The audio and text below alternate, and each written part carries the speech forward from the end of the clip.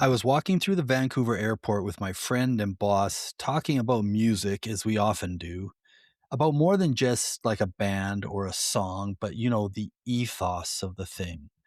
We both have kids the same age, and he was talking about a book that pointed out how Gen X, or for Gen X in similar ages, authenticity was like the golden rule.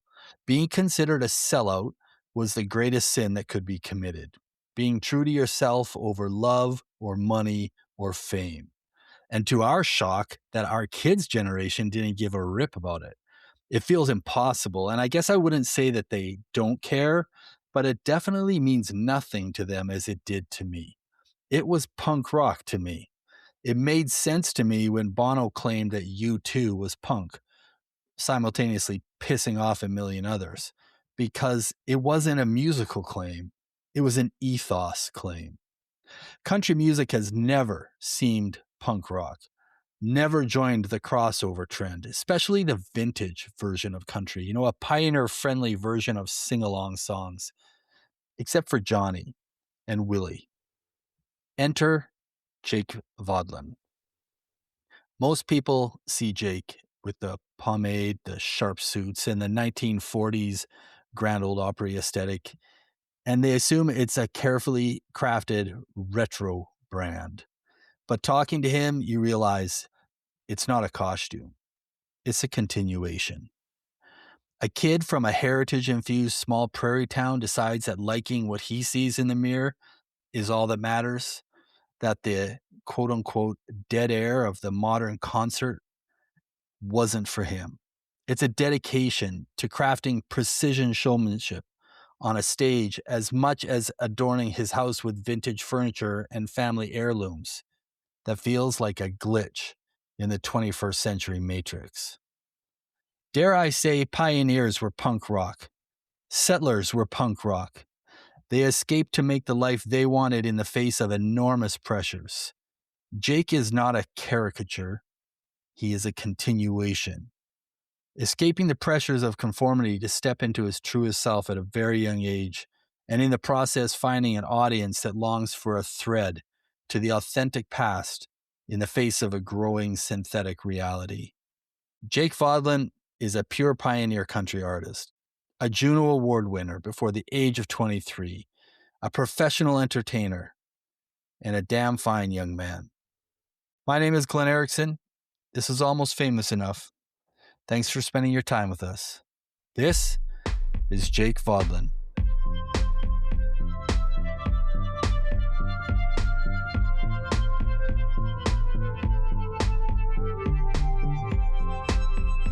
Okay. I really appreciate the time that you have here, Jake, because I've been trying to get you on the podcast for a little while. And so that's kind of fun for me just because sometimes I go after people and then it doesn't work out. So it's fun when there's somebody I had very specific interest in talking to, and then here we are. Yeah, I'm glad it worked out. Yeah, no, I've been looking forward to it. So you're a busy guy, which we'll talk about, right? So before I get too far down a path of a mistake, my inclination is to pronounce your last name Vaadeland.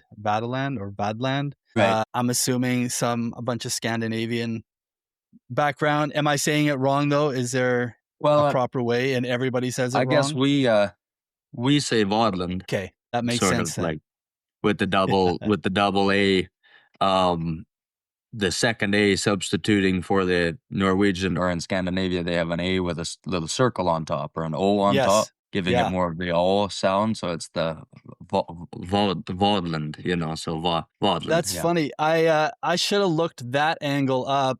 My last name's Erickson. I'm Swedish, transported to Norwegian roots, history. So lots of common background there as well. Not that we're here to talk about the ancestry or the nomenclature, but for the Ericksons, I mean, anybody who watches like NHL hockey and sees the Swedes come and play sees it spelled like 3 different ways.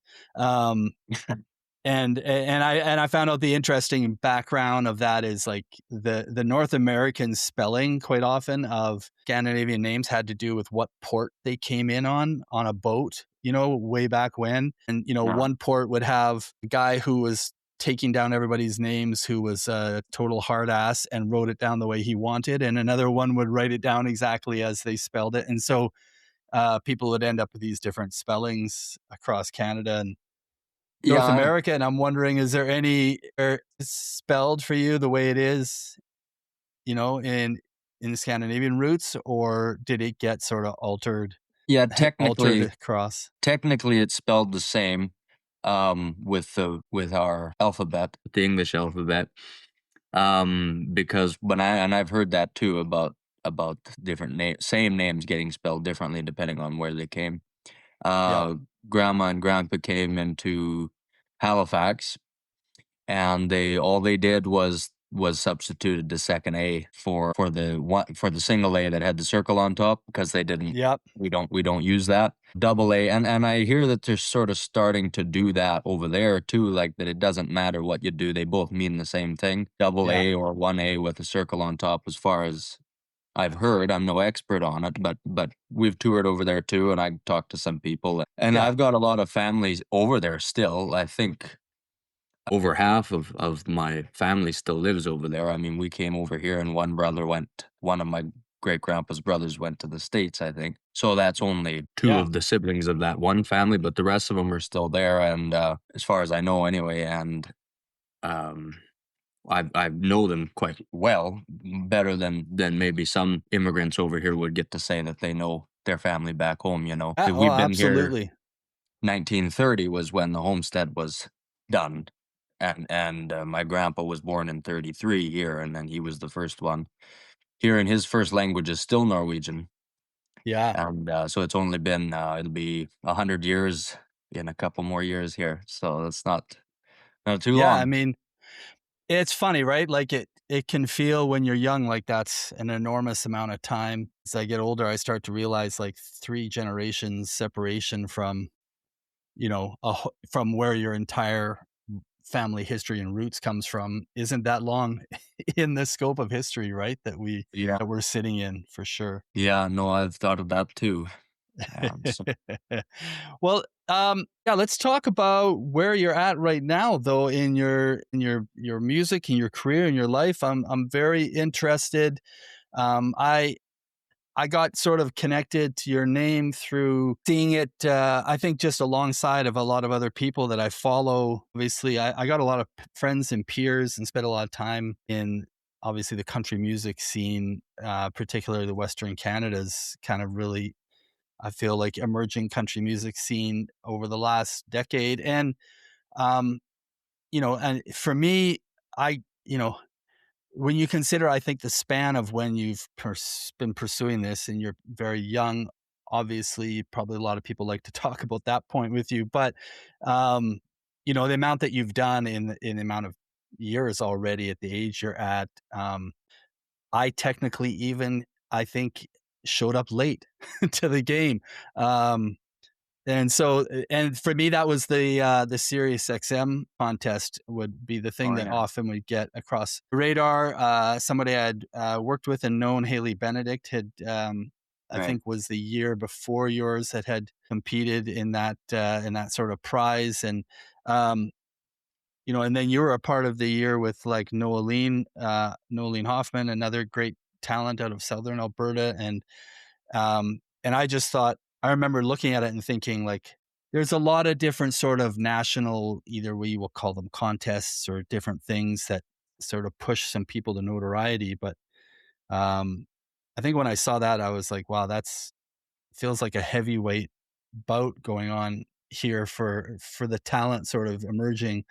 Um, and yeah, obviously immediately impressed, immediately need to know more of the story. Probably like a lot of people, Jacob, I don't want to be able to get into this with you about your own background and your interests and loves, but immediately kind of gets struck with probably the question of like, you know, kid looks really young, doing very, very vintage music, pulls the aesthetic. Is it gimmicky? Is it not gimmicky? So I did the deep dive, right? A little bit very early on. So uh, but definitely making an impact. So why don't I know you have new music coming out, which you're probably really excited about. Let's backtrack a little bit because I'm a little interested in your. We've already touched on a little bit of the upbringing with the family name and history, but um, really interested in, a young guy getting out of a very, very small town in Saskatchewan with a very, very distinct niche sound. All of that is really interesting. So why don't we do like the American Idol backstory, and talk about Cut Knife Saskatchewan and um, how you kind of got into this. I'm assuming, I think I had read the sort of common story of a family of musicians. Is that sort of how you sort of got put on the path? Yeah, pretty much. And like, yeah, it's kind of gotten now Cut Knife gets to take credit for being the hometown. It's where I live now, and I finished school here, but I hadn't lived here till it was my mother's hometown and her family, and then she got married to my father and joined the Vaadeland family. So I grew up where they had settled. The homestead, the Vaadeland homestead, was or is in Park Valley, Saskatchewan, which Okay. is central. And that what Park Valley is just the name of an area. And there's a cluster of them. Like there's Lake Four, and there's Park Valley, and there's Stump Lake, and so on. And then the closest towns are Debden and Big River. So the best way to explain it is it's kind of just right in the forest between Big River and Debden. And I grew up on a Okay. ranch there with my parents called Sturgeon River Ranch, which is, well, right beside the Sturgeon River, the house was. So Hmm. that's why I call the guys the Sturgeon River Boys.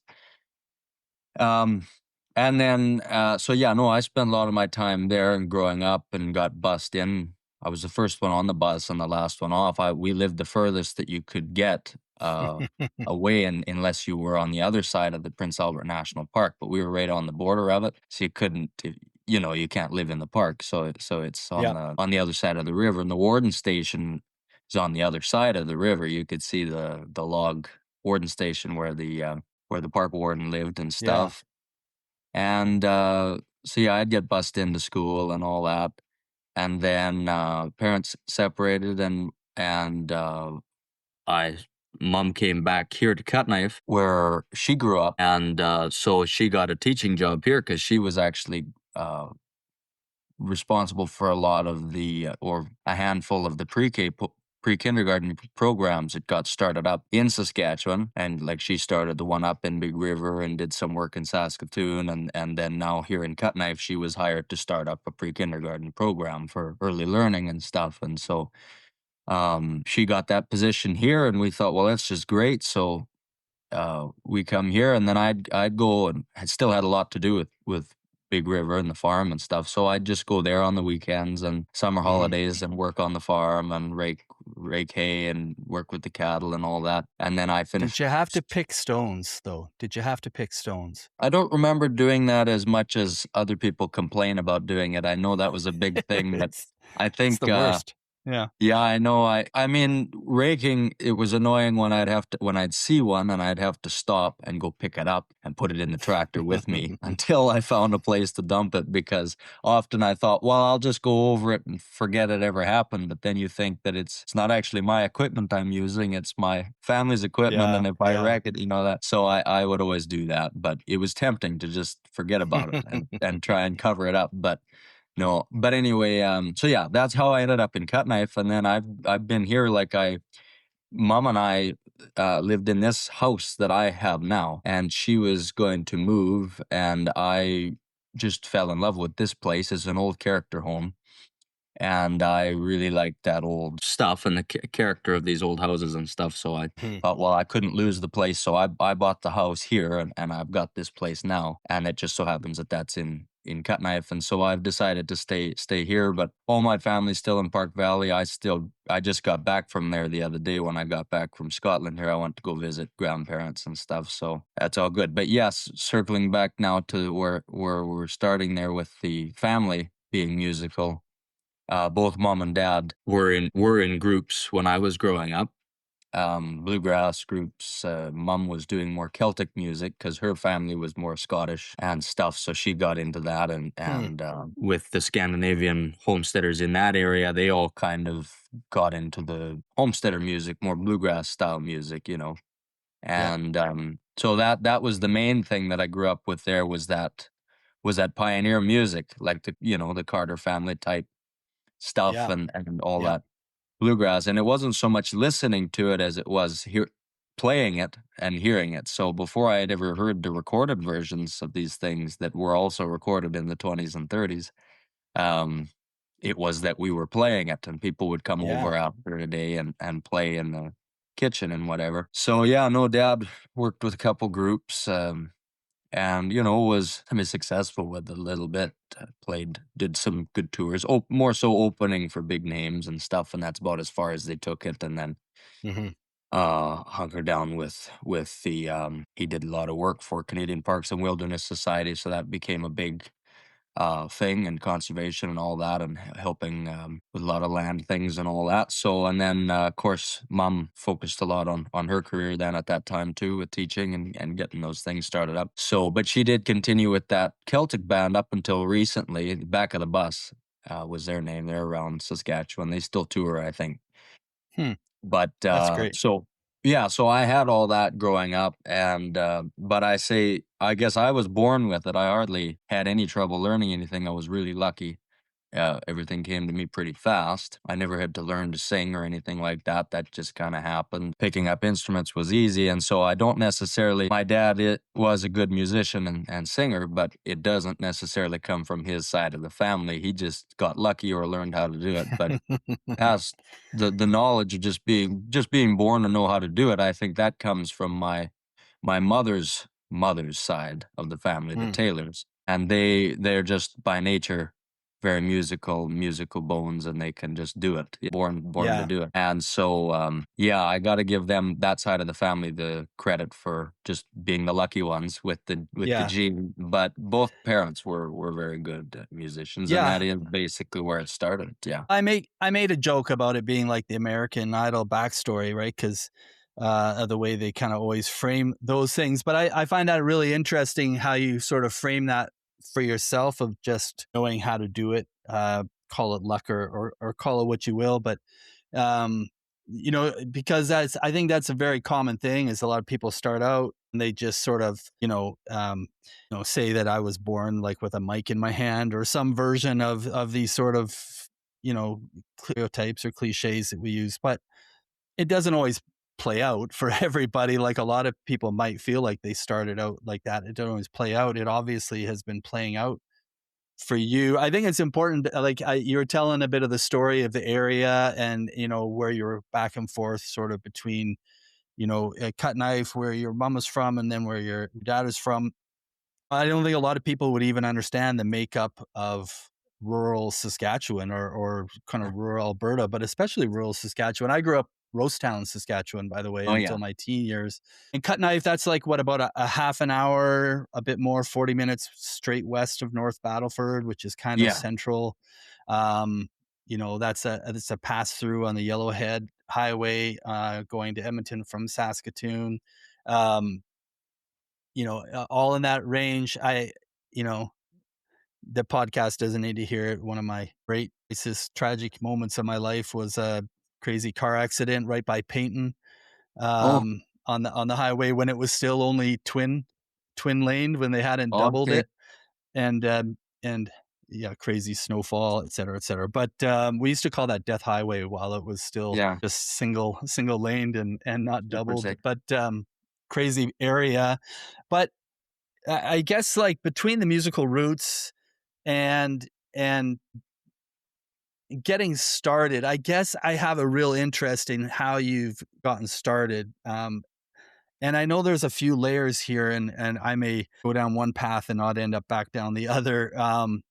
But I guess what's really interesting to me, Jake, is you're doing a very niche kind of thing, and niche is an interesting term itself because you are like a true throwback, and I want to make sure I try to use the right words because everyone will throw every version of vintage or retro or throwback or whatever you want to call it, but um, it's just so clear, like that you like fully embrace and walk the talk, so to speak, of and that it's not just a musical style and a performance aesthetic. It's literally like the things that you love and you embrace, and you've sort of made them part of your own identity.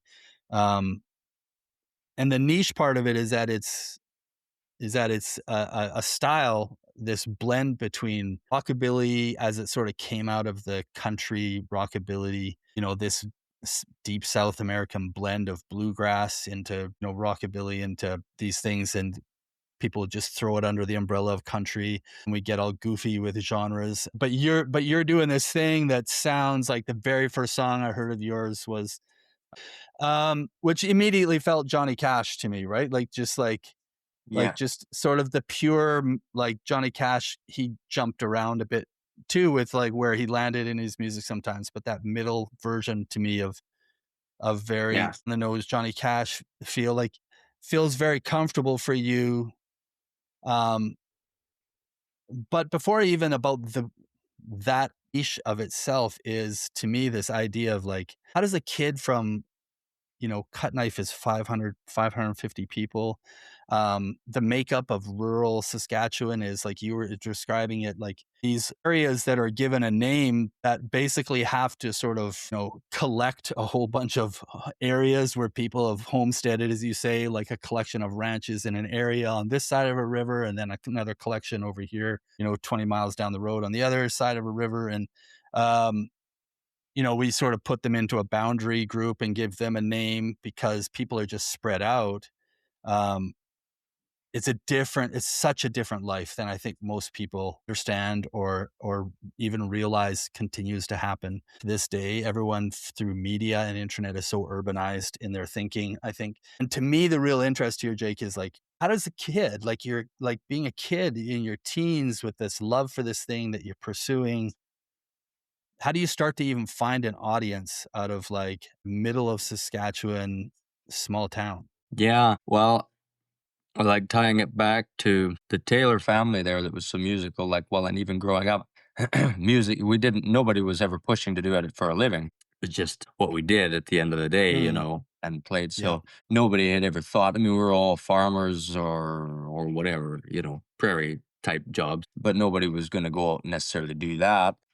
So I figured I was bound to just be a cattle farmer too, or some sort of thing. And then I learned banjo and got into the history of it, of the music business. Not a very ancient history either, like just as recent as the 1940s and the Grand Ole Opry and Mm, people like Earl mhm, Scruggs and Lester Flatt and Bill Monroe and sort of the beginning of that whole operation. And and just how that worked. So I was, and learning the banjo and stuff. I learned about that and how, musicians or people that were just living in the country, like Earl Scruggs, just grew up on a ranch or wherever. And he ended up getting picked up by Bill Monroe to play banjo for him and got a full time job on the road. And it just happened unexpectedly like that for a lot of different young people that could mm, play. And then that, they got full time work and they were realizing you could um, have full time job doing this. So I thought maybe when learning the banjo, I like play the bluegrass music and stuff. I thought, well, if I'm lucky, I'll get picked up by a group, and then I can just play banjo and sing tenor or something for a mm, fella if I could get hired. But then I started looking into the showmanship of it. Like that was just music, but then I discovered this whole entertainment side of it. Like it's not just yeah. music, but everything about those Grand Ole Opry fellows, Ernest Tubb and Farron Young, Lester Flatt. Um, they were just really good entertainers. They and it seemed to be the ones that only knew how to sing lead and strum a guitar. They weren't the fancy pickers or anything, but Yeah. they, like Ernest Tubb, he wasn't, they say, I mean, I like his voice. They say he wasn't the best singer or guitar player. You can see him in his videos constantly looking at the neck of the guitar to see where he's supposed to put his hand. And most professionals don't do that, but I think it's pretty cool to see that he's human when he's doing it, you know, and Yeah. but he was always the host of the Opry a lot, and he was a great entertainer and a great voice just for speaking, not just for singing, you know.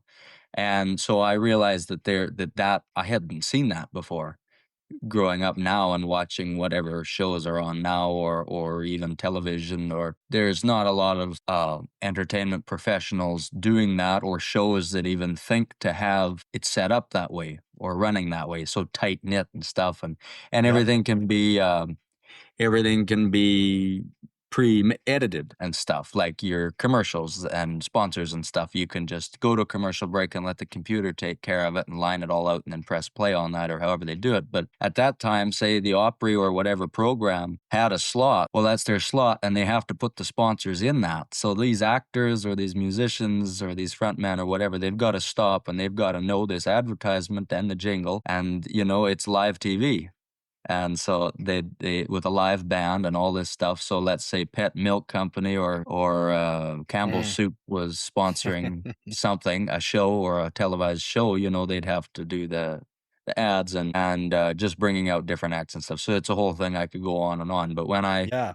when I saw that, I realized that I got really passionate about that, about wanting to, well, I just felt like nobody else had seen that. Nobody my age knew that this level of showmanship and professionalism existed. So Yeah.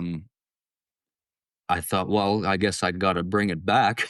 So I decided to learn acoustic guitar and try to be a front man instead of just getting hired. Yeah. So that's where it began. And then as far as finding an audience, I guess that could just be luck, how it happened, or we started touring in Saskatchewan. And I guess a lot of those people can maybe relate to the music that I was bringing. You know, them on the going by my grandparents' stories and stuff, growing up with, if they got their first radio or even just a phonograph machine. If Grandpa said his brothers would come back from the store with on horseback with 78 RPM records stuffed in the saddlebags, and they'd Hmm. play those, and that was Wilf Carter and the Carter family and all that stuff. So Yeah. that's the music that people out here anyway listened to at the end of the day. And when they'd get their first radios, Grandpa said they tuned in, if they could get it, to the Grand Ole Opry and stuff too. So, you know, I guess maybe it registered with people here that we were doing this, and that it was almost fresh again, because like I say, I don't see that anymore. And that's what we do with the live show. It's not just the music, it's that Yeah. entertainment. And we throw ads in there and stuff for pomade and, and all that kind of stuff. And so that's what I wanted the show to be. I wanted it to be an entertaining show with no dead air, one thing to the other, song, talking, filling the space, you know, and just never a dull moment where the audience is sitting there in suspense with dead air, wondering, you know, what's going on. It's, you do the thinking for them and they get what they paid for, and it's worked Yeah. out. That's a cool point, Jake. Like, um, I mean, you're alluding to, what happens a lot, I think, in live performance in music now, which is, the audience is very much feels like, an audience, affected audience in a way. If you're sitting there and you're just waiting for somebody or on stage or a group to do what they do when they want to do it, and you're just waiting for it, which is a very different thing than what you're talking about. And it makes me think, like, I'm just old enough to be that when I was very small, like on black and white on a TV in my house when I was very young, was like the Lawrence Welk show and some of these, very retro performance, like variety shows that were on. But the absolute, like you said, the professionalism, the pacing, the tightness of the performances, there was no gaps, all of that kind of stuff. Very interesting that you would observe all of that and want to sort of make that a part of the entire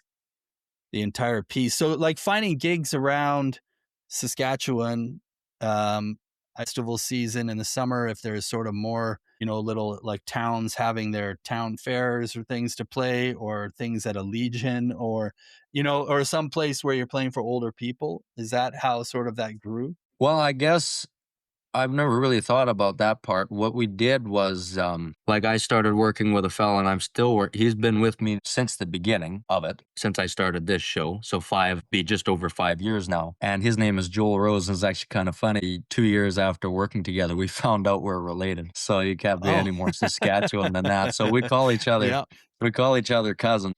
He, he plays guitar, electric tone guitar in the group, but he actually, I mean, I started out booking some things for myself in the beginning, as anybody would, and I don't miss Yeah. that at all.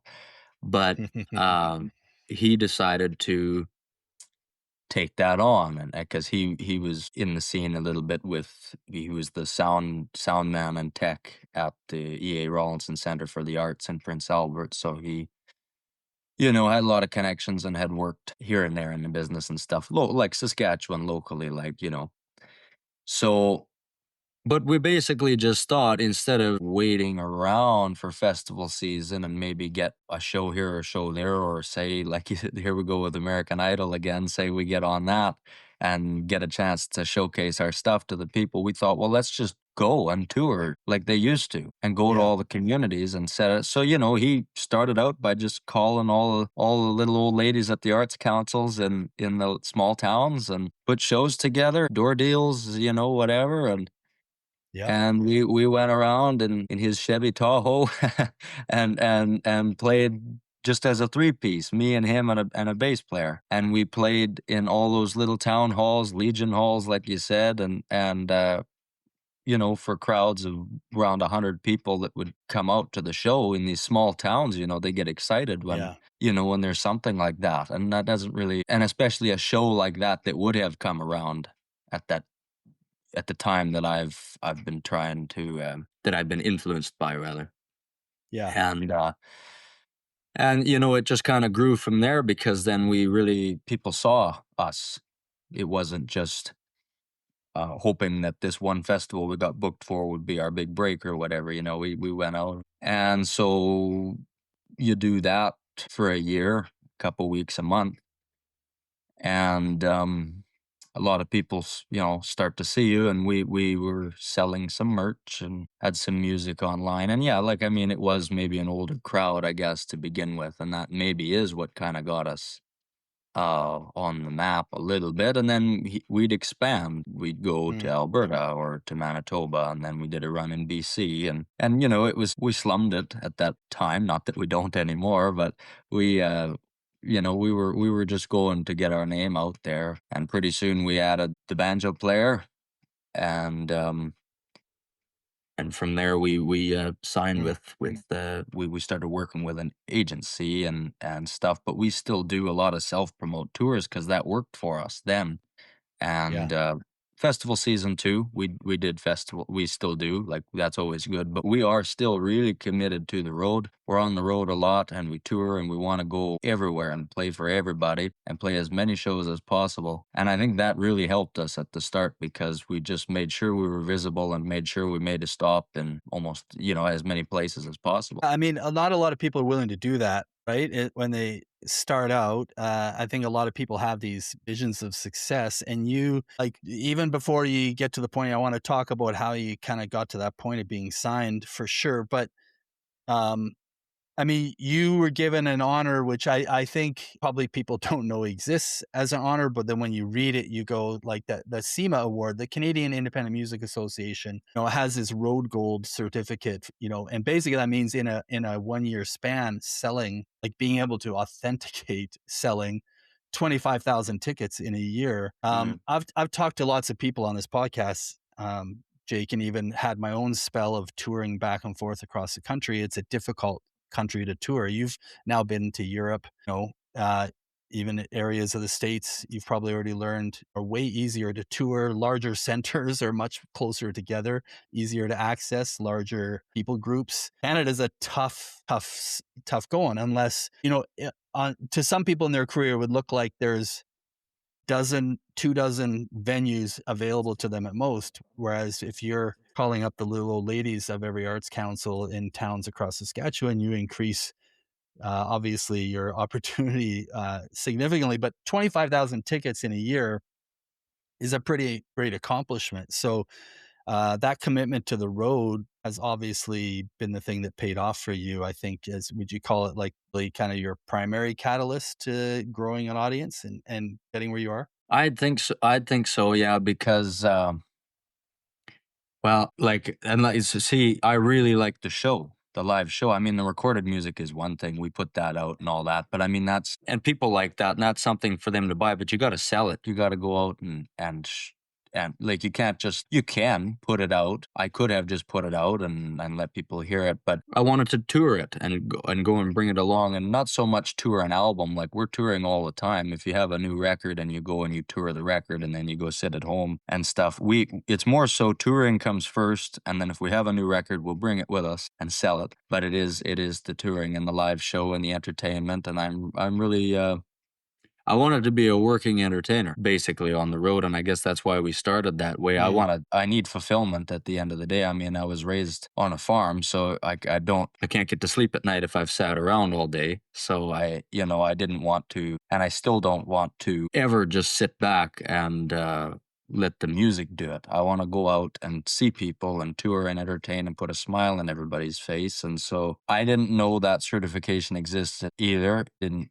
I don't care either. I would have done it with or I didn't do this to get that certification. Somebody kept track of it. I don't know who. It wasn't me. Somebody said, you sold 25,000 tickets. Here's this thing, which is it's great. I'm happy about that.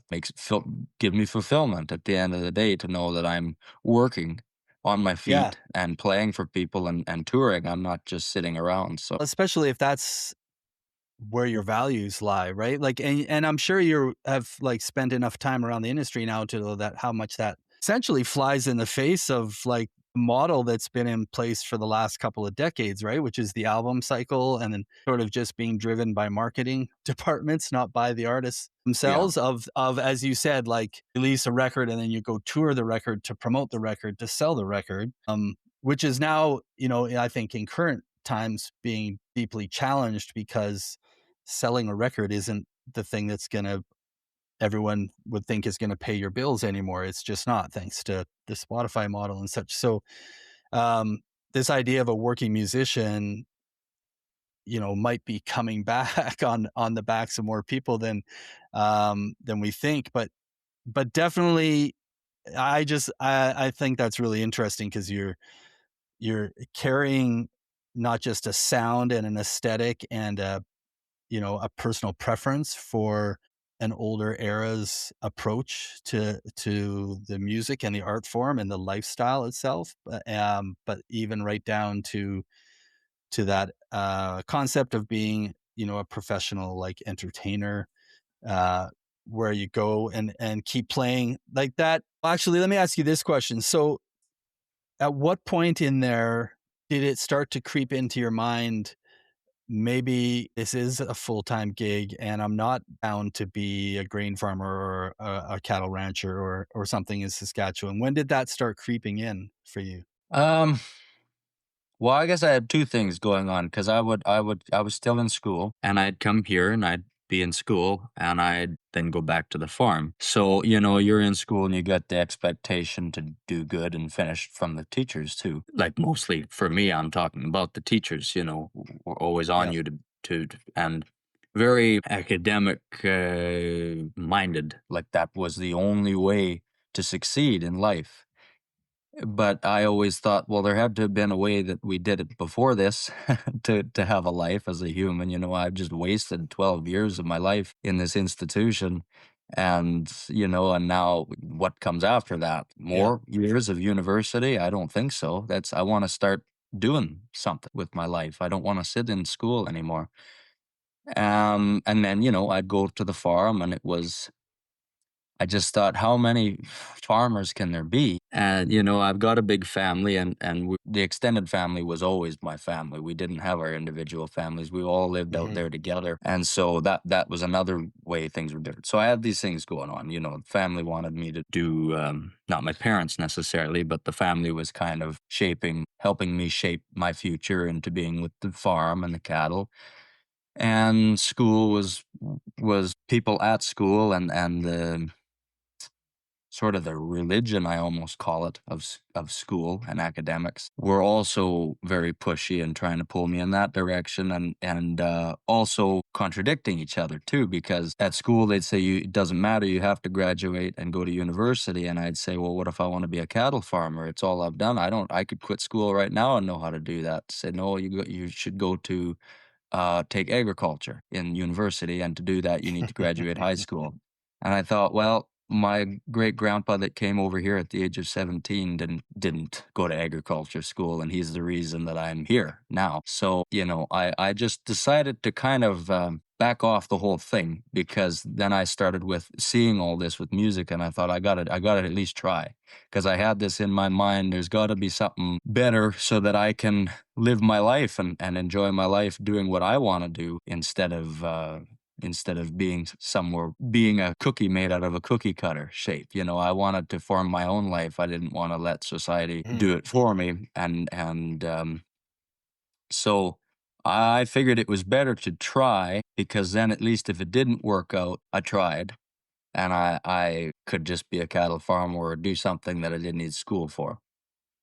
Uh, but because it's better to aim high and miss than to aim low and hit the target that you're shooting for. It's better to try. So I tried, and that's where it came from, was the pressure of both these things. And I just broke Yeah. out from either of them and thought, I just want to go and promote this too with my music and my lifestyle. As you can see, I mean, you've mentioned it a few times, the vintage thing. I hardly think of it anymore. This is just, I wake up in the morning and I put this Yeah. type of thing on, and I grow a garden, and I've got the whole house is decorated like this. I mean, you probably realize how important my family is to me. These are all pictures of my ancestors up here and Mhm. stuff, and it's just become my comfortable thing. And by doing that, I hardly think about it anymore. I don't notice that other people aren't the same as me, or that I'm different. Rather, I just feel like we'll all work together now, because I can get along with people because they let me be myself, and they like me for being me, and I like them for being them. So I thought, with the music and entertainment, I can also promote this to young people too, that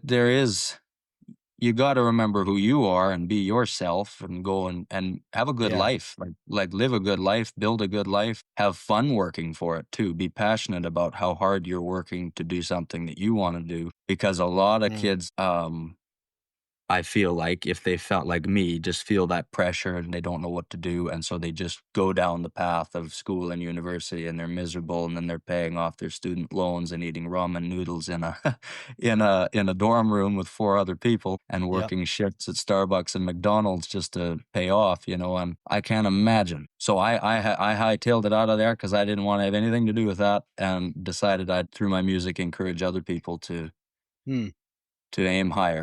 The funny thing to me is that story, Jake, sounds like so punk rock too, and obviously the music is like so far away from punk rock, but though sometimes bluegrass feels close because that love of speed, you know what I mean? Like the speed Yeah. playing part of bluegrass, but it's so punk rock. Like I'm trying to think of what the most famous storyline in a movie would be of these two different sort of pressures in real life and around me that you just don't feel like I don't fit in either of these. And what's going to give, right? You either cave in or you break out, and your choice to break out. And I remember reading a little bit about you, that you started choosing to adopt just fully, like, this is who I am, even like the clothes you would wear back in high school. I Yeah. think like most high schools are ridiculous for pressure and not usually the place for standing out and being different.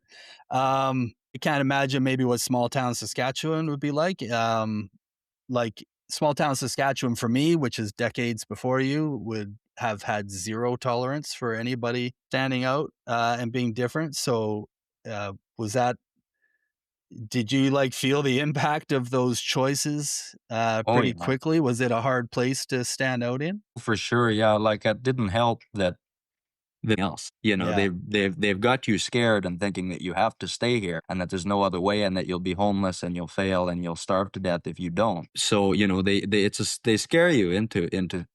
You know, they're adults, they can do that, and it's this whole system of society, and they can do that. But they're, you know, so I started saying, well, you know, even the kids, they wouldn't agree because they've grown up this way and their parents drill it into them, the teachers drill it into them, you have to do this. So they don't want to listen to me. Of course they're going to fight for what they've been doing. Some of them were staying after school for 3 extra hours to get credits. Of course they're not going to be happy if I'm telling them they don't need to do that because they've already put so much effort into it. They want to believe that they're doing the right thing. And some of them are. That's good for some people. And I never tried to tell anybody they didn't have to. I was just saying, I'm not going to do this because there is an open door right over there and we can all just leave. But we never do because we're so scared about it.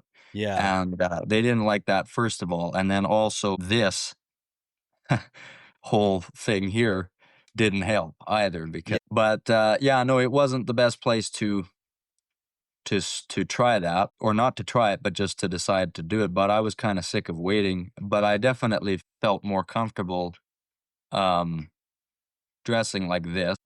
It doesn't have to make sense to anybody else, but wearing shorts or Adidas pants with sneakers and a hoodie and whatever, and that's all that matters. I don't even really. It's Yeah. not that I need to explain it to justify it, but it just I Yeah. didn't like it. I didn't like it, and I didn't want to wear it. And I liked wearing this. It felt better. I knew that when I looked in the mirror that I thought I looked better wearing this. I felt more confident going to school or going out with a tie and a jacket and looking good and stuff, or at least trying to look presentable and feeling put together. So I Yeah. did that. And it did get so bad that I did leave. I did leave school. I left in grade 10.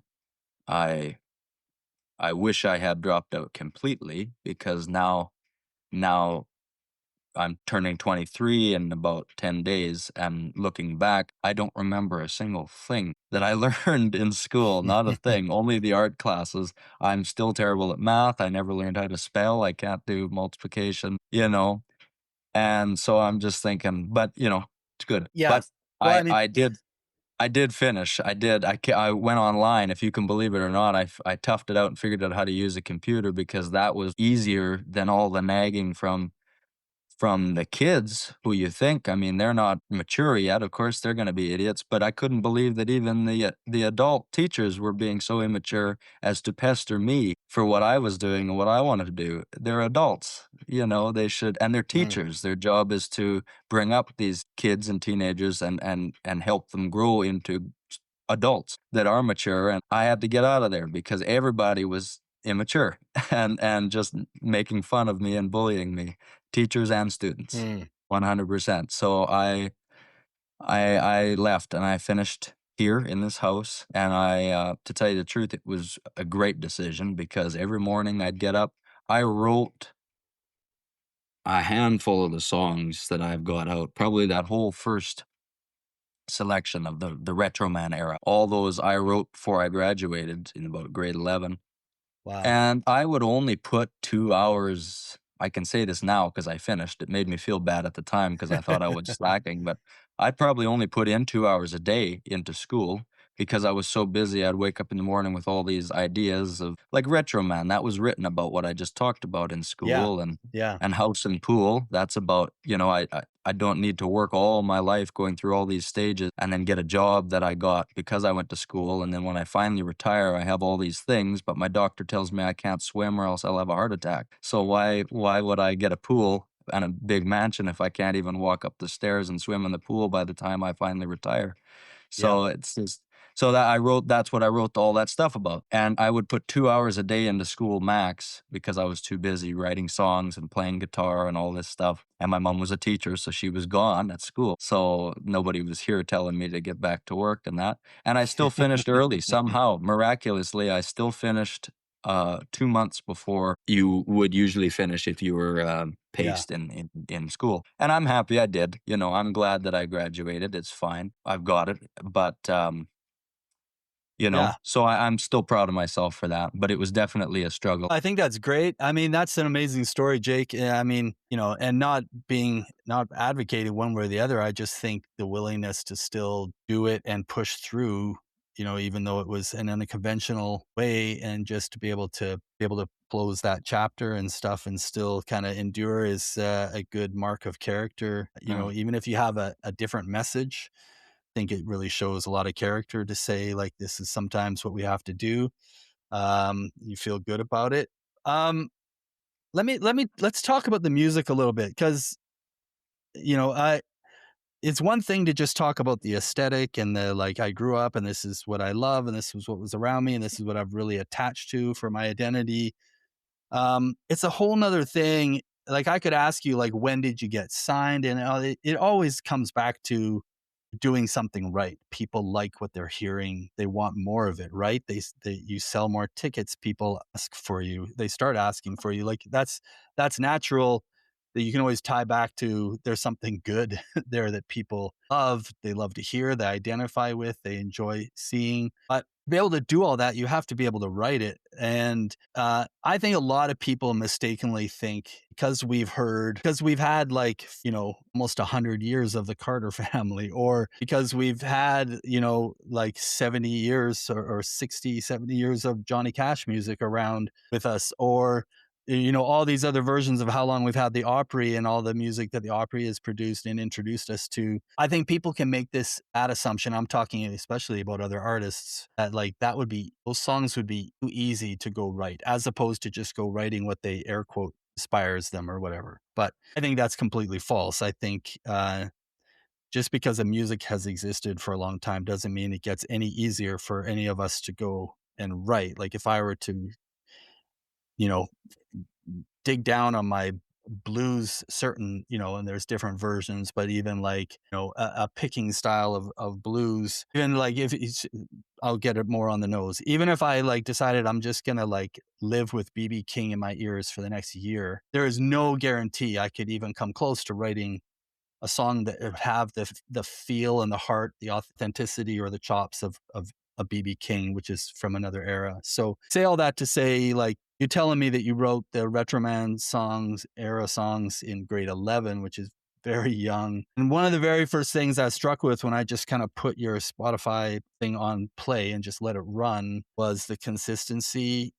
And I'm going to be really honest. There was a couple times on a couple tracks that I even went and checked the song credits, because I had this hint in my mind, well, like, maybe he didn't write this one. This sounds like way too authentically 50s, Um, and every time it was you. Every time it's your song. So you have just, that is the part to me that is so incredibly authentic. Is your ability to write these songs. So you've been doing this for a few years now, and you've, like, to skip a whole bunch of steps, like, you've been able to, like, tour all over. You've been able to, like, tour all around Europe. Like you said, like, on the road is more than just, spreading a few provinces. Like, you've now been able to make that big jump that everybody wants to make that jump, and it's built on these songs. So I'm interested in how, like, did you deeply study even the structure of the songwriting, the way you studied the history of the Opry, or was that more in the what came natural to you part of what you described yourself as earlier? And there's songs that I like, and that's the type of music like I say, you'll have a hard time getting me away from how I grew up and where I grew up and all this.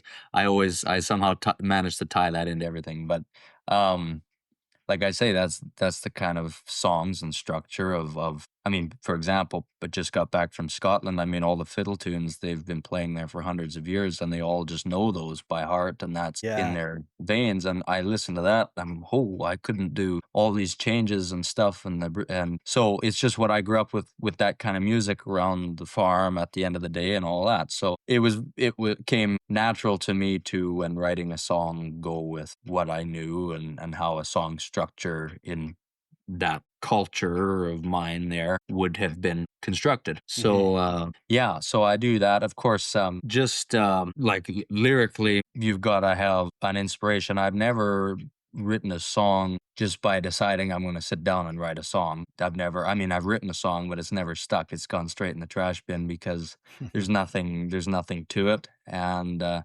so yeah, something has to happen, either good or bad, for me to be able to write a song. And but it's I really like even this style or what I'm wearing, in my opinion, um, and my clocks and all that stuff. It's very timeless, and it doesn't necessarily have an era in my thought, like this nice mahogany wood furniture and stuff. It's art, people have carved this and made it special and stuff, and it's timeless, and I wanted that to be the same as the music too, Mm. as much of it as possible. Sometimes we get carried away, but I like to try and I've learned that simplicity is more. Less is more. Sometimes it's easier to Mhm. comprehend, and it's more enjoyable if you can comprehend it instead of trying to study it before you can enjoy it. So if you can just listen to it and it's easy listening, it's great. And actually, it sometimes is difficult to make it simple and just decide, no, this is bare bones lyrics and stuff, and straight to the point. Make the lyrics straight to the point so people can understand what it means, instead of using too many metaphors and trying to bury it deep and stuff. Very simple Yeah. lyrics and simple structure, and it's not to say that it's simple to do that, but to make it simple when you're done. But yeah, it come natural to me, I Yeah. guess. So maybe it was simple for me to do it, or to do it. I mean, that's a brilliant observant point. I think one of my favorite things about music, about arts, that I've learned talking with people is that when you're in it, like really on the inside of it,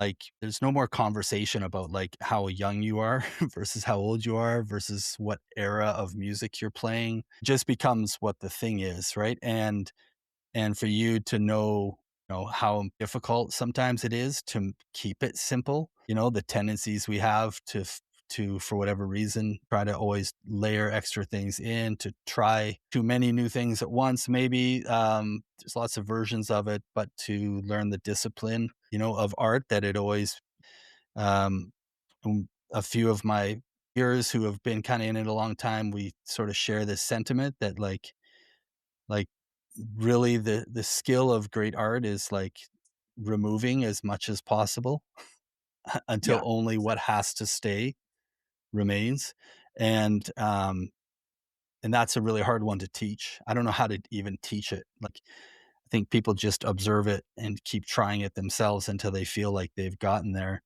Um, so you have already, like, 3 albums out. You have a new one coming out very, very soon here. Music does sway a little bit through a few genres. I feel like you're very strong with, like, you obviously have a great connection to your bluegrass roots, and you'll have a really strong ability to include the rockabilly. It's like a very like rhythm style to it versus a lead style, right? That sort of, I think, takes you down different versions of rockabilly, but then it really kind of gets close to swing, right? Like some swing big band has sometimes dipped into rockabilly, so it can go the other way.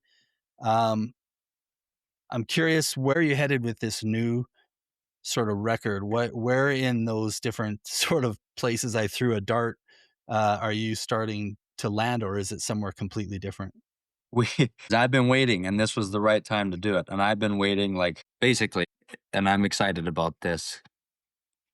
Is I wanted to go and record all of my songs and the songs that inspired them and the type of music that I grew up with playing and what I played and what I enjoyed to play by myself here at home with my archtop F-hole guitars and stuff that I have, and that is, the pioneer music. So it's a little less Mm, bluegrass and more just me and my guitar. And it's like the Carter family stuff. So yeah. Wildwood Flower and You Are My Flower, and so now I'm tying the family and the heritage all back in again, because the whole album is based around that and how I grew up.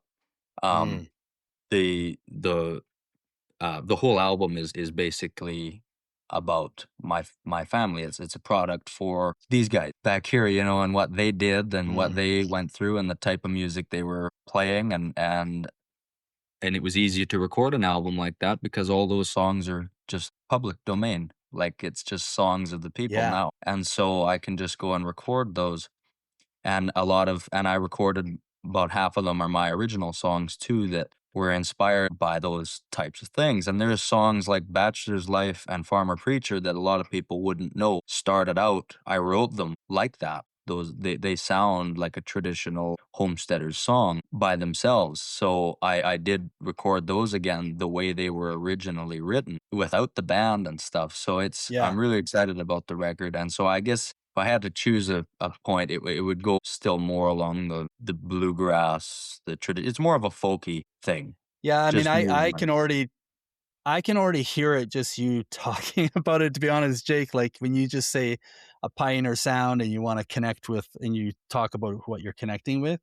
yeah, Even the public domain songs of that era. I mean, another great Saskatchewan boy, Bolt of Deep Dark Woods, has done the same thing in his career, also tapping into some older traditional public domain songs and doing a beautiful job with that. So yeah. that sounds really exciting. Well, I should mention too, the Yeah, other thing about like the songs and stuff, and this record that I just did. You know, it's my style of writing for certain things, and my songs that are on there is very traditional and very simple and comprehensible. But also the way I recorded the whole thing, like it's going to be quite the piece of work because you know the songs are traditional and folk songs.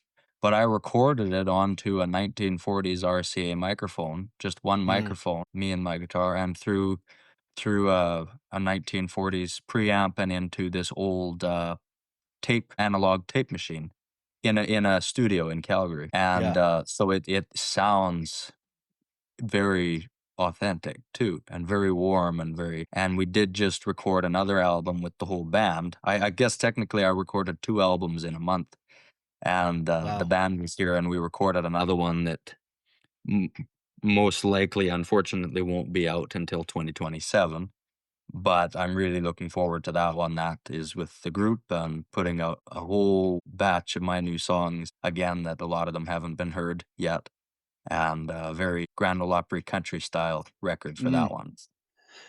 Yeah, I mean, it sounds like you're a very inspired, prolific writer. I'm going to keep dropping names of Saskatchewan boys I know. I've talked a couple times here about working with a kid named Andy Schaff from Saskatoon and Regina in his early days, who remember him coming to me with, he's like, I want to do a double album. I don't think that double album's the right idea, but he had so many songs he couldn't imagine sitting on them. You were probably struggling with sitting on all these songs after recording them for for so long. You just want to get them out and just keep making new music, right?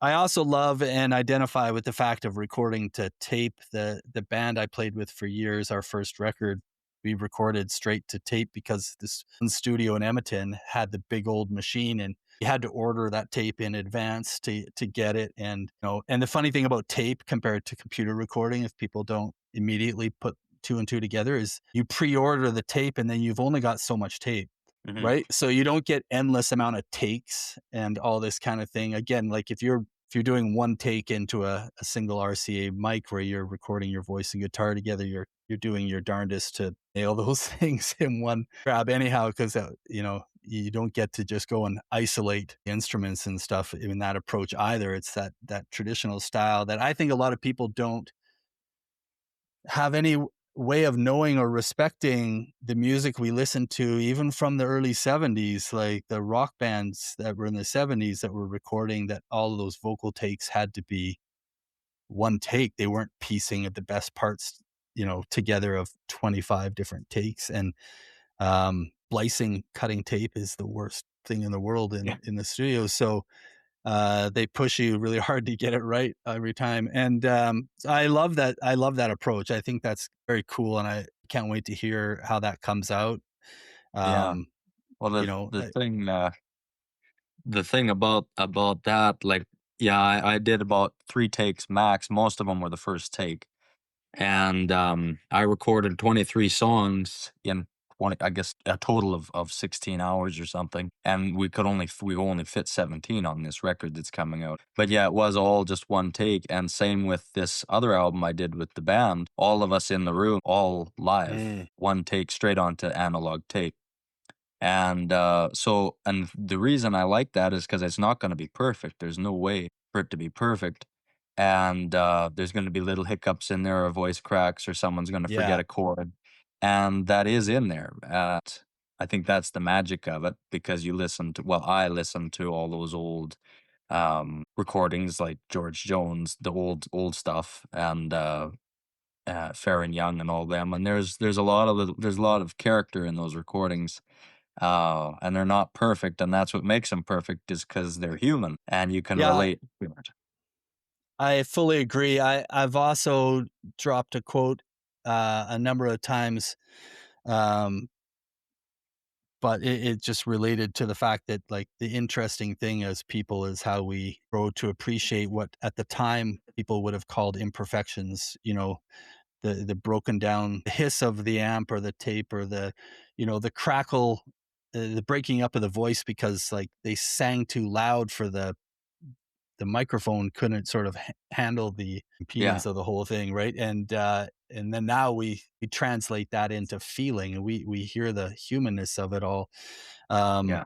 and I actually I'm going to see the boys in my old band this week, and I looking forward to telling them about this because that was the specific purpose when we went into the studio the very first time. Is for us it was like Neil Young, and his records were just full of just the allowance for imperfection, right? That it was just the feeling and capturing that kind of a performance. So you're releasing a record. When is it coming out? The date? It was a very fast turnaround. It's coming out. I think the first single is coming out on my birthday, May 20th, and the album is Okay. coming out May 22nd. Is the decision that was made. So unless something goes completely haywire, that should be what happens. But I recorded in it mid-April, so that's a month basically. I That's recorded it. incredible.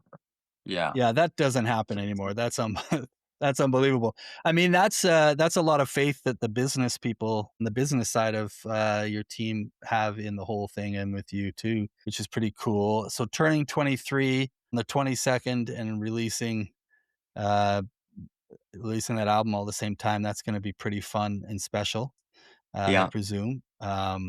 And then you're obviously a road warrior now, and so what does we're heading into spring, summer is that a are you focusing on Canada? Are you taking it elsewhere this year? Or what are new frontiers for the touring still in 2026? Well, I'm going wherever they want me, basically, and that we are.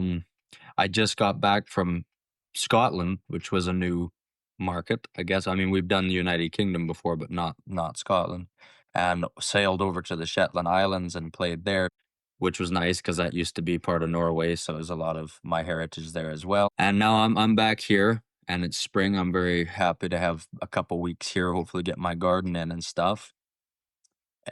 Then we have a big tour through Western Canada in June, which I'm excited about, a self promote Mm, tour. We still like to do those self promote tours, because they always work out good, and we can get to the small communities and get out to people that a lot of times actually the big agencies and booking agencies, they just don't yeah. seem to have those connections. They get you the big shows, the big festivals and all this stuff that you have to fly halfway across the world for. But when it comes to routing a tight knit tour of communities and stuff, it seems that they can't do that. So we a lot of times still do it ourselves, and I'm grateful for Mm, my cousin that he's good at that, and that we can hunker down and call the little old ladies and put together a big huge tour. So that'll be June. We're looking forward to that. it's cool. Then in July and August is festival season, of course. So we're doing festivals, and then in the fall we're going back to the UK, I believe, and we are Awesome. making a stop in the summer too in the Netherlands too. It's gonna be cool.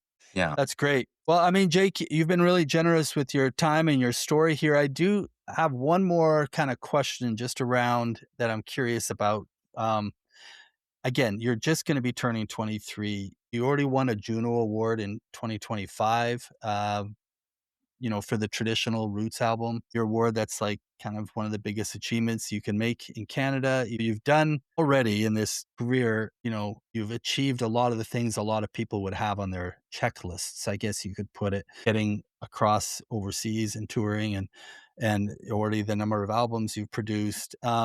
It sounds like with your goals of being a professional entertainer, you're not writing albums to win Junos, so to speak. So I'm going to make a safe assumption about that. But I'm curious about, because I don't get to ask this of a lot of people who are in the middle of it, but there's a common thing in entertainment about this idea about peak anxiety. In other words, when you're young and you have a lot of success early, there becomes this anxiety around, have I peaked? How do I build a whole career out of this? If you look around, you see the examples of a lot of people, more people sort of quote unquote peak and then go down or disappear, or don't know how to sustain it, right? Or their success might have been built on some things that weren't so firm. What I've heard actors talk about it when they win some huge award when they're young, when what they really want is a career out of it more Yeah. than just success. Has that ever crept in for you? How do you think about your career, your future? Like, you're 23. How do you think about 33, doing what you're doing and getting there? Yeah, I've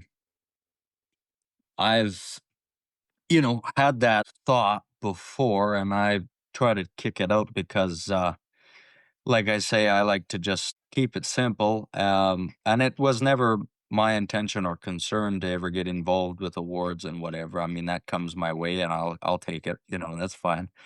Uh, but it's a nice paperweight to have and Yeah. stuff for the desk. But that wasn't the idea. The idea is to make a living doing what I like here, for the rest of my life, so that I can and do that. And I guess I have to remind myself a lot of the time too that I don't believe necessarily that I'm completely in charge of it all. There is a purpose and there's a plan, and I'm doing what I'm doing for a reason. And wherever I end up at 33 is where I'm supposed to be if I trust uh, the right person or the right power, and just trust. Maybe the right word would be to say the universe, to just because it is with this line of work too. I mean, in my opinion anyway. I grew up in nature.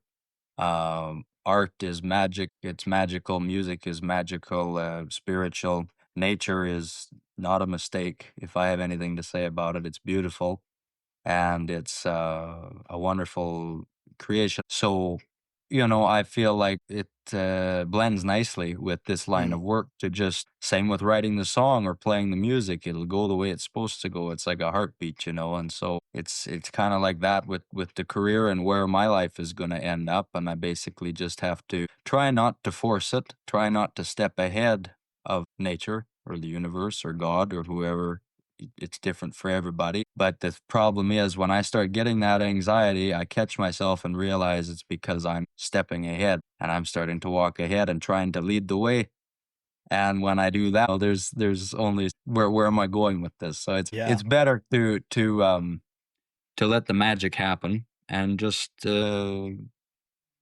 be at peace with it and be grateful for it and enjoy every bit of it. The more logical answer would be for how I'm going to handle it now is going forward. I always have it in my mind that I don't want to shoot straight up and then slowly go down and down and down. I'd like to have a steady rate of growth until I'm Willie Nelson's age and then be the biggest I've ever been then. Kind of like him. He's actually, I mean, I don't know if anyone would think it, but I mean, he's an inspiration to me too. And because he's exactly who he wants to be, and he doesn't let anybody tell him what to do. Yeah. And he's, Yeah. he's just had such a steady rate of growth. I heard about his stories getting started and how tough it was for him, but he just kept slowly going up and up and up, getting noticed. And now he's just, everybody loves him. And Yeah. I think that's perfect just because, to make a career out of it that just keeps getting slowly better and doesn't get worse. And then when you're old, you can kind of Yeah. be at peace with that, knowing that you can have a good retirement if you can ever really retire in this line of work. But that's the idea, is to take it slow, be smart with it, and not go reaching for the next big thing. Just Well, I mean, Jake, both your logical and your magical answer were fantastic, by the way, and actually very aligned with one another, which I think is pretty cool and on point. And you couldn't have a better North Star than a Willie or a Johnny. yeah, Anyhow, I've never played Johnny Cash style music in my life, but anybody who knows me knows that he's my idol for yeah, how he did it and how he lived and the yeah. choices he made very similarly to that. So, um, I absolutely I love the magic of it and and the logic of it, and both pretty great ways to sidestep future anxiety, which is pretty common around us. So those answers are so on point to this whole conversation, and I have a deep appreciation even more now for your music and what you're doing in your career, having been able to get a little more of your story straight from the mouth.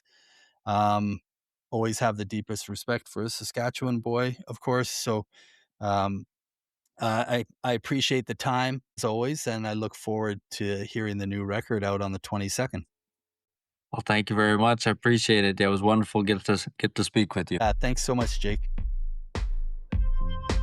Hey, I'm Alexi. Stick around for post fame with me and my dad. Okay. Crazy. Crazy in the rain. Why does it call it a live stream? It's not a live stream. Welcome to my live stream. It's not a live stream, though. Welcome to post fame live stream. Okay. Thanks everyone for joining today. We already have 2.1 million viewers. Oh my goodness. Yeah, I'm very popular. I don't know if you knew. Very excited to be talking today about Jake. Well, here's the catch. And As I'm not was gonna as right.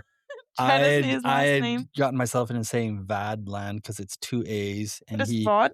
he Vaadeland. corrected me when I asked. It was Vaadeland, Vaadeland. which is like Norwegian, and kind of they put a second A Yes. to represent like this sort of unique A with a symbol that creates a certain sound Yeah. type thing. So anyhow, yeah, so Vod is Vod. good for me to know from now on when I reference him in lots of places. That's it. That's all. Oh, We're episode done. over. Episode over. No. We're done. I'm actually okay if that's By the not way, case. did I already tell you? I had somebody say that they had listened and then thought they thought our post fame was really cute. I think it's cute too. So But mostly me. there you go. Oh, I'm just kidding. And they're not even seeing the video feed, so there you go. No, and you know what? I thank you for that every single day. Come on. Some of these have been crazy. Anyways, back to the episode. You're getting me off track. Okay. Go ahead. Go ahead. Yeah. Well, I mean, you and I already People- talked about yeah. it, which kind of makes it sometimes feel then weird to come back and then record talking about it again. But for me, just there was the moment that I called punk rock in the episode of him sort of describing this very authentic way of his You just said approach it. to being himself, I was right? gonna ask you, like, based on even like our conversation about how the episode went, like what, like, because our conversation we kept using like the same word over and over, and I was gonna be like, what word do you think I'm gonna pull out? But you just said it. Oh, really? Yep. Okay. And it's not punk rock. It's authentic, but yeah, I mean, it's just, I was immediately struck, and I even called out in the episode, right, about him, like when you first see him, the first thing my mind sort of clocks is like, is this a gimmick thing, Yeah. right? Because, Yeah. any 20-year-old guy or girl or whatever sort of recreating, An old style. And an old style, like a very signature look and sound together. And then, it just kept going deeper and deeper, right? Like, and right off the bat, you could just tell, like, no, he's not just leaning into the gimmick because he likes playing the music, like, Yeah. like it would be like, I guess, stay with the punk rock theme. Some like suburban Canadian kids all of a sudden form a punk band You know what I was gonna say? and then they start like dressing like, you Like know what I that mean? Like they're from the OC. country. Like, you know how many people Well, that's another are good way. suburban and then they, like, really, really like country music, and so it's not like, I don't wanna call it, like, You fully mean a when gimmick. when they finally go so far as to wear a cowboy hat? That's what I mean, they wear the boots and the hat, and they really lean into it, and that becomes, like, their personal style, and then, Yeah, yeah. all that stuff, and no one calls it, like, necessarily unauthentic because if that's their music style, that is kinda like the lifestyle they're leading, but it's like, you know, that wasn't them from the get. It wasn't from them to get, and people do change, but even deeper, I think, is this, and I tried to reference that, which is there's a point when is it really your identity? Like the Yeah, way that you're using it in a way that people who it really is their identity, yeah, right? Like, and I guess that was the level of authenticity I found with him, which is, that hasn't yeah, been like him he from the just get. literally grew up as a kid who was like, this is the stuff I love. Yeah, And everything in the world around him was different and expected him to be different or a typical kid or a typical teenager and follow typical paths. And every single part of it, from being a 22, almost 23-year-old who bought his mom's house in tiny town mhm, Saskatchewan and has it filled with not vintage, like if people see the clips that I'll share, they're gonna see behind his head, like not a bunch of store-bought, like, vintage at an antique store, like, photos of mhm, people from the turn of the but, like, century, legit like, his own. 130 years ago century or whatever, like, it's like, real, like, these were the things, like, his mom decorated the house with. Yeah, These are the photos of his family history in Norway, mhm. like, all the way back, so I like that, like, that's his thing, like, his whole, like, aesthetic and everything, and then also, like, you just touched on it, like, of his message of, like, not feeling the need to, like, conform, you know? Like, his whole, like, anti-conformity thing, yeah. and I like that he has these 2 really strong traits about him that, make him unique and, like, set him apart, but he also, like, he doesn't lean into them so hard that it becomes, like, all he's about. You know what I mean? Yeah, he's not gonna preach, it's almost like, and I was trying to actually, this is when I was trying to describe it to you the first time. Like, there's not only no preachiness, it almost feels like he's kinda just fallen into, I should really, I should really be willing to, like, encourage people to Mhm, be themselves, right? Like, not only has he sort of come to a level of full acceptance for himself, and he's probably had his world expanded since he kinda got out mhm, of Saskatchewan and his career's taken off, and he's found more people around him. I think he even influenced it, but, um that accept him for who he is and the musician and the style and everything that he is. yeah, And with that, he has this sort of growing confidence when you get to the point when you wanna share it with others, which I liked.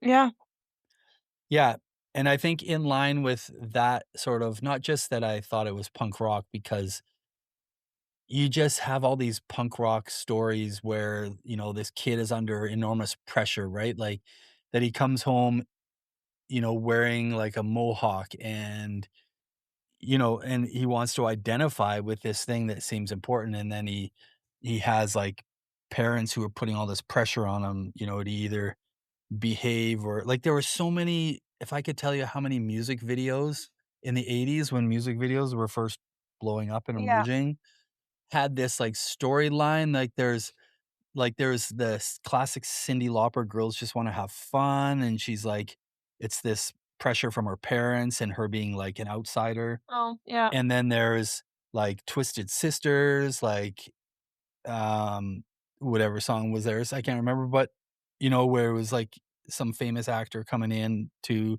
that played the part in the video Mhm. and just this, like, he just wanna rock kind of idea, Yeah. anyhow, but and just a lot of punk rock stories too of that, and so, as he's telling it, that's, like, the images that were just filling my Yeah. mind was like, this is like a punk rock story, not a nice country bluegrass, Grassroots, like, you know what I yeah. mean, story. It's, like, really a punk rock story, and yet there he is, and he's doing it with, like, not a chip on his shoulder, but also, like, you can tell he's probably a very independent, stubborn Mhm. person for what he believes in, so, Um, and I love seeing all those traits about him. It's the things that are greater than the music, right? Yeah. It's like these things of Even his process, like how you were saying how he was recording and stuff. It's just like all of these things, like that's how you tell it's like not a gimmick and like not for show, you know? Like he did all of these things that are yeah, like yeah. behind the scenes that like unless he told us, like someone might not know. Yeah, no, you're 100% right. Like the way he said, part of his pathway in was that he just got obsessed with the Grand Old Opry history and he studied it. Yeah, And so then he cool. studied the famous people from it and this one guy's career and what they were known for and how they constructed their performances and how tight everything was and Mhm. intentional. And he wanted to recreate that because it inspired him. Like that goes bigger. It makes me think how people, somebody could question like how deeply, like, was it everything to me the way I talk about, like, music was everything to me, and, like, I was buying the Guitar Player magazines, and I was studying all the instruments that Yeah, every player like, I was knew using and who the guitar players were in every, like, rock band that I loved, even the ones I didn't love, the ones that were popular, and I knew what guitars they played, and you know what I mean? I yeah, knew what amps they played through because all that seemed so important, like and I would just study the details. yeah. 'Cause the details were everything to me, and you just see that in him and it coming out so strongly at, like, his I age just like too, it a which is lot. pretty cool. And I guess my question for you was, I had this thought about because there was 2 things that sounded so familiar. When he's playing, I immediately think of folk fest, Yeah, right? There's, like, lots of bands who we'll hear it all the time at folk fest, like bluegrass bands or rockabilly-ish bands or whatever, like, that which by he's the way, the playing. artwork so nice this year. Just Oh, saw yeah, it before okay. this. You just Anyways, saw it? Okay. yeah, I just launched the homepage today. so cute. Anyways, go on. Um, so, and there's a lot more young people who are there, and I always have this built-in perception, that your generation isn't interested at all in music that sounds like something your parents or grandparents would have Mhm. listened to, right? Because literally, like, at when I was your age, like, there was no way. There was, like, at most, maybe some of the theater kids were brave enough to admit they liked jazz, Yeah, but nobody was ever talking about listening to the music their parents liked. right. It was all whatever was popular, and maybe there was a lot more going on than I would know, and nobody back then had the bravado to share, but Yeah. yeah, but the point was, like, I didn't see it, and then, so my natural inclination was he's just playing music to older people, Yeah, you know what I mean? But I not the don't think case. he is because I think about Folk Fest and, I think about, like, even his sound like that No Direction Home film, the Timothy Chalamet version Mhm. of Bob Dylan, and it was really centered around that Newport Music Festival where a lot of folks Yeah, started from, and his sound just, like, fits, like, right in, it could have been in the movie, right. and, yeah, like, I guess my question for you is, like, do you when you sort of see that or hear that from a young guy, does it feel probably as not or I should say not as shocking to you as it obviously kinda hits me as shocking? To you, it's just like some dude playing just a certain style of music? Like, shocking that someone so young is playing that style? Yeah, and so authentically, like, recreating and retelling it. I don't know, like, I think though, like, the misconception you have is, like, that, like, my generation isn't into that, like or Well, it's it's in a clearly a misconception. I well, mean, I yeah, which see I it think all the time. but, Yeah. like, it's like I think with my generation too, it's just like, yeah, there's, like, a large group of people who are definitely, like, into what's popular, but I think, like, just with, like, the usage of Apple Music, Spotify, like, SoundCloud, all that stuff, like, it's just become so The normalized. access, you mean, Yeah, to the everything? access, like, it's just been so normalized to just have your Yeah. own music taste, and it's like, when you meet someone, like, one of the questions is like, "Oh, like, what do you listen to?" And I think when my generation asks that to each other, like, there's no preconceptions, like, I've asked Not even a prejudgment. no, like, I mean, you can, like, look at someone and maybe, like, yeah, if they look like Mm. they're super country, you might hear country come out of their mouth, but, like, you know, there's been, like, these really cutesy girls at my work who are, like, 23, and then they're like, "Oh, I actually listen to, like, only punk rock." You know what I mean? And you're like, "Whoa," like, okay, yeah, that's, like, maybe a little surprising, so maybe I did have a preconception, but, like, Yeah. I think there's just, like, a no judgment, like, and just the assumption that everyone has their unique taste, Yeah.